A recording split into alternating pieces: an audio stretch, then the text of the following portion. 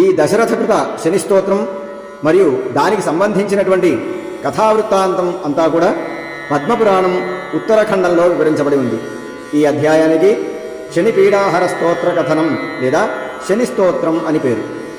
ఒకానొకప్పుడు పరమశివుడు నారద మహర్షికి శనిదేవుని యొక్క మహిమలను, ఆయన వల్ల కలిగే పీడలు ఎలా తొలగిపోతాయో వివరించేటువంటి క్రమంలో ఈ దశరథుడి కథను ఆయన చేసిన స్తోత్రాన్ని ప్రస్తావిస్తారు.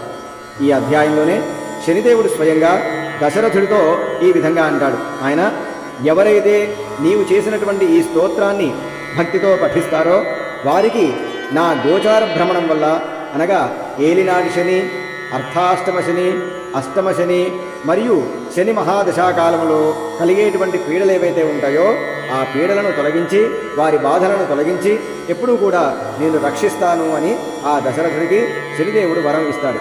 అందుకే ప్రథమంగా జ్యోతిష్శాస్త్రంలో ముఖ్యంగా ఏలినాటి శని కాలంలోనూ, అర్ధాష్టమ శని కాలంలోనూ, అష్టమ శని కాలంలోనూ, శని దశాకాలంలోనూ ఈ శని దోష నివారణకు ఈ పద్మపురాణాంతర్గత శని స్తోత్రాన్ని, దశరథకృత శని స్తోత్రాన్ని పరిహారంగా చెప్పడం జరుగుతోంది.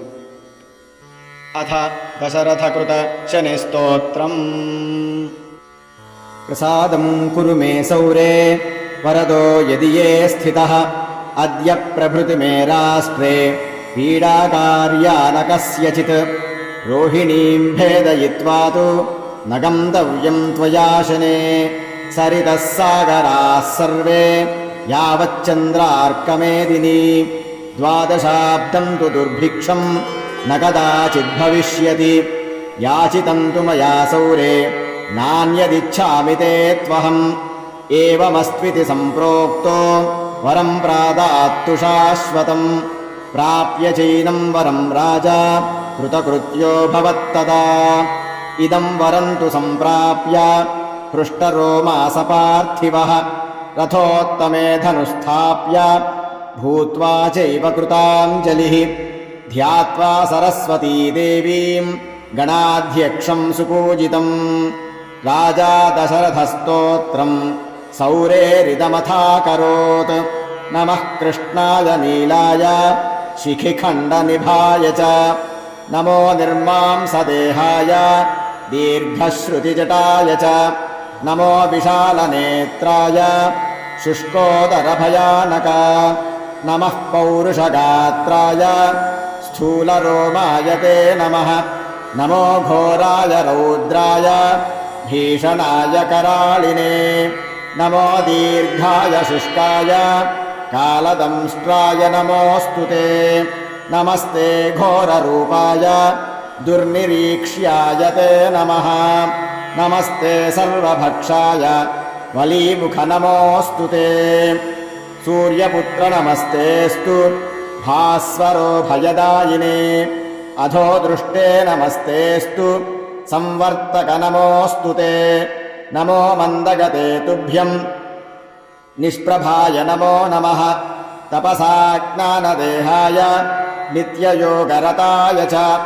జ్ఞానచక్షుర్నమస్తేస్తు కశ్యపాత్మజసూనవే. తుష్టో దదాసి రాజ్యం త్వం క్రుద్ధో హరసి తత్క్షణాత్. దేవాసురమనుష్యాశ్చ సిద్ధవిద్యాధరోరగాః త్వయావలోకితాः సౌరే ధైర్యమాశు వ్రజంతి తే. బ్రహ్మా శక్రో యమశ్చైవ మునయः సప్తతారకాः రాజ్యభ్రష్టాः పతంతీః తవ దృష్ట్యావలోకితాः. త్వయావలోకితాస్తేపి నాశం యాంతి సమూలతః. ప్రసాదం కురు మే సౌరే ప్రణత్వా హి త్వమర్థితః. ఏవం స్తుతస్తదా సౌరీ గ్రహరాజో మహాబలః. అబ్రవీచ్ఛస్య నిర్వాక్యం హృష్టరోమాసభాస్కరః. ప్రీతోస్మి తవ రాజేంద్ర స్తోత్రేణానేన సంప్రతి. అదేయం వా వరం తుభ్యం ప్రీతోహం ప్రదదామి తే. త్వయా కృతం తు మత్ప్రోతం యః పఠేదిహ మానవః. ఏకకాలం ద్వికాలం వా పీడాం ముంచామి తస్య వై. మృత్యుస్థానగతో వాపి జన్మస్థానగతోపి వా యః పుమాన్ శ్రద్ధయా యుక్తః शुचिस्नात्वा समाहितः शमीपत्रैः समभ्यर्च्य प्रतिमां लोहजामिमां माशोदनं तिलैर्मिश्रं दद्याल्लोहं तु दक्षिणां कृष्णाङ्गां महिषीं वस्त्रं मामुद्दिश्य द्विजातये मद्दिने तु विशेषेण स्तोत्रेणानेन पूजयेत् पूजयित्वा जपेत् स्तोत्रं भुक्त्वा चैव कृताञ्जलिः तस्य पीडां न चैवाहं करिष्यामि कदाचन गोचरे जन्मलग्ने वा दशास्वन्तर्दशासु च रक्षामि सततं तस्य पीडाभ्योऽन्यग्रहेषु च अनेनैव प्रकारेण पीडामुक्तं जगद्भवेत्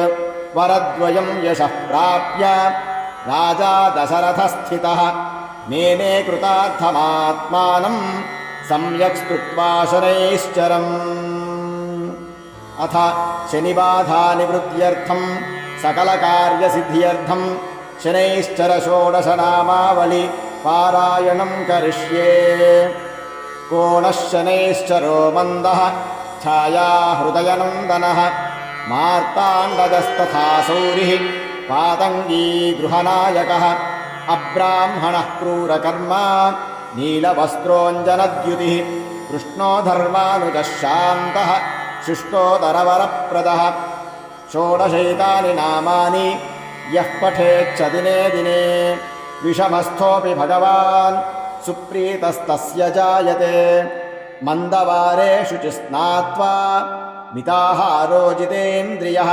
तद्वर्णकुसुमैर्युक्तं सर्वाङ्गं द्विजसत्तमः पूजयित्वान्नपानाद्यैः स्तोत्रं यः प्रयतः पठेत् पुत्रकामो लभेत् पुत्रं धनकामो लभेद्धनं राज्यकामो लभेद्राज्यं जयार्थी विजयी भवेत् आयुष्कामो लभेदायुः श्रीकामश्रियमाप्नुयात् यद्यदिच्छति तत्सर्वं भगवान् भक्तवत्सलः चिन्तितान्यपि कर्माणि ददाति च न संशयः शनिना त्वभ्यनुज्ञातः स्वस्थानमगमन् नृपः स्वस्थानं सङ्गतो गत्वा प्राप्तकामो भवत्तदा इति हेमाद्रौ दशरथेन कृतं शनैश्चरस्तोत्रं सम्पूर्णम्।